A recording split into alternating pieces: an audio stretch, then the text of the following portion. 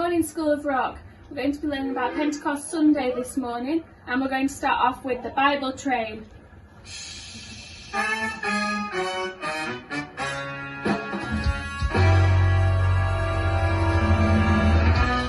Genesis, Exodus, Leviticus, Numbers, Deuteronomy,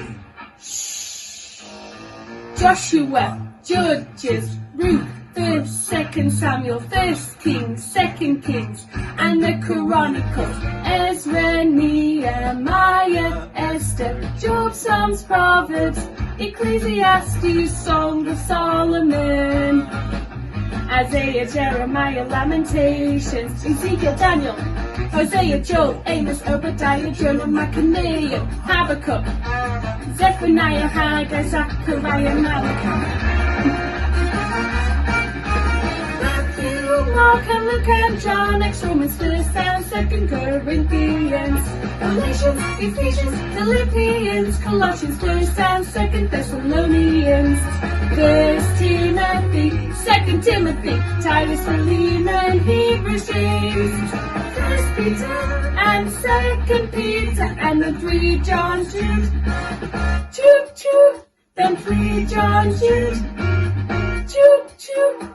1st, 2nd, 3rd John, Jude, and Revelation.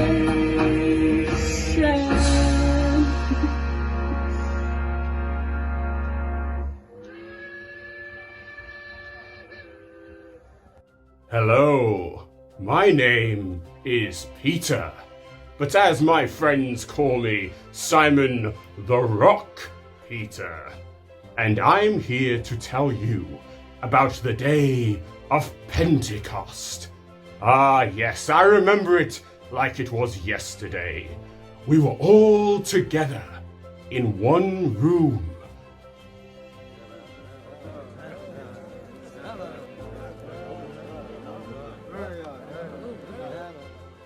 When suddenly, a sound like a mighty rushing wind filled the room. We were all shaken to our cores.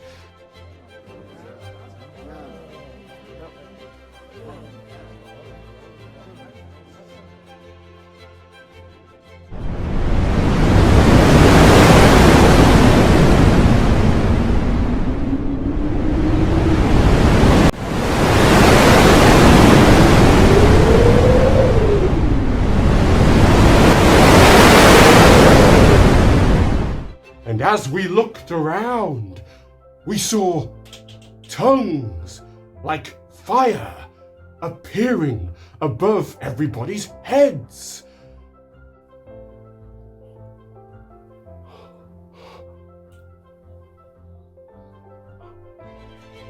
We thought surely this must be the Holy Spirit that Jesus promised us. And just when we thought it was all over, we started to speak in different languages that weren't our own. Again, surely this must have been the Holy Spirit.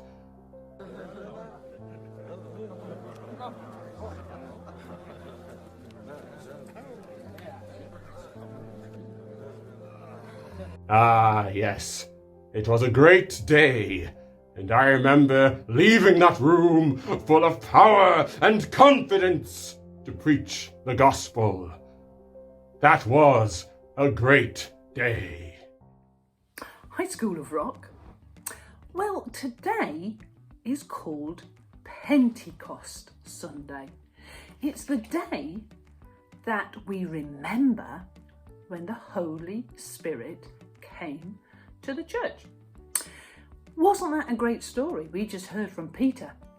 And he was telling us all about the day that the Holy Spirit came to the disciples. Well, just think back a bit. Back to Easter. Jesus had been killed but had come back to life. Hooray! Then he'd appeared to the disciples, and then he'd gone up to his Father in heaven. But before he went, he said, wait until I send someone to help you. Wait. So they all got together, all the disciples, like Peter was telling us in that story. They waited. They probably locked the doors and drew the curtains so that they were just sure to be alone. And they waited and they prayed.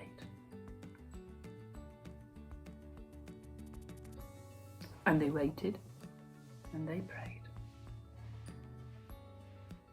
And they waited and they prayed and they waited and they prayed. And then suddenly,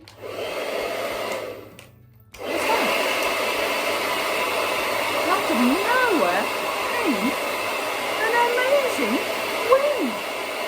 What was that wind? And that wasn't all. Because not only did the wind come, but they saw tongues of fire upon people's heads. But it was amazing.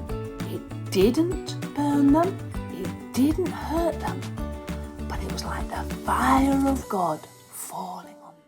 So they could see the fire on people's heads, but it was something more. It was as if the fire was melting their cold hearts. It was as if their broken hearts were being mended, and God gave them a new heart.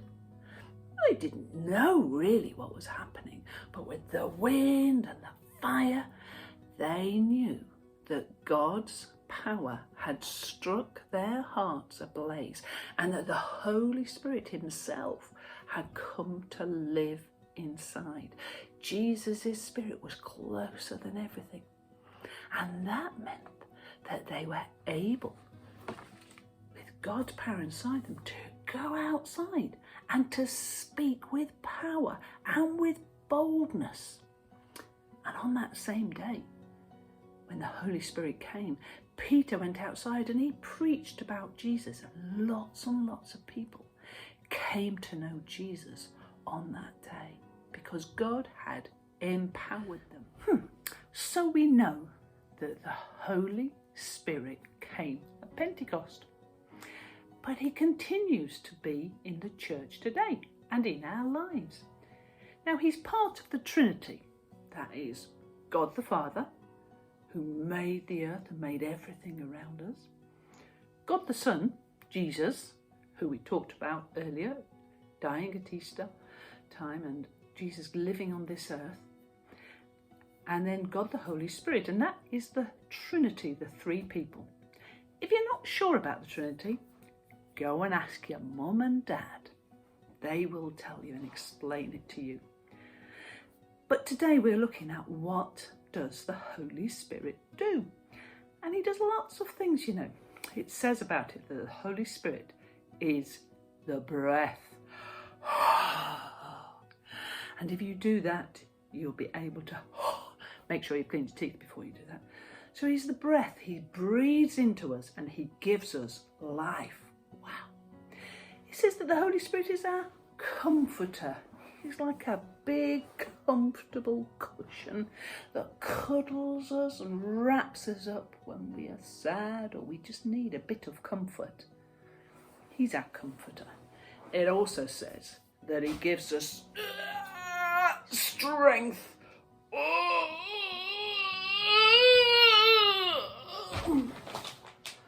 But he also says that he gives us direction. He leads us in the way. Go. I think it's that way. He leads us in the way that we should go. You know, he makes the Bible come alive. And as we read it, there goes Ephesians.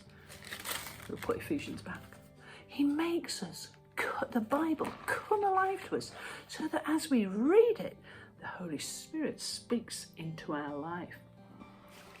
And also, he binds us up, he heals us. He helps when we hurt ourselves. He helps to bind us up. He helps to heal us and make us whole again. And he does so much more. And if you need help today, ask the Holy Spirit to help you. Ask him to come into your life and teach you about God, about Jesus, and just to help you to have that boldness and that strength to go out and tell your friends and your neighbours all about God and what he can do for you.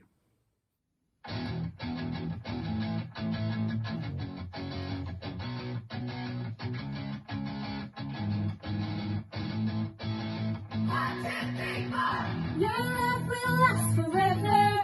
It's like a mighty river that flows and flows forever, never stopping. Your awesome love protects me. When I sin, your love corrects me. You're faithful to direct me always to your love. And when I think of all you've done, there's no love greater than this. You freely gave your precious Son to die for all my sins. Your love will last forever. It's like a mighty river that flows and flows forever, never stopping. Your awesome love protects me. When I sin, your love corrects me. You're faithful to direct me always to your love. And when I choose to disobey, you lead me back to your truth. You show the fullness of your love by making me like you. Your love will last forever. It's like a mighty river that flows and flows forever, never stopping. Your awesome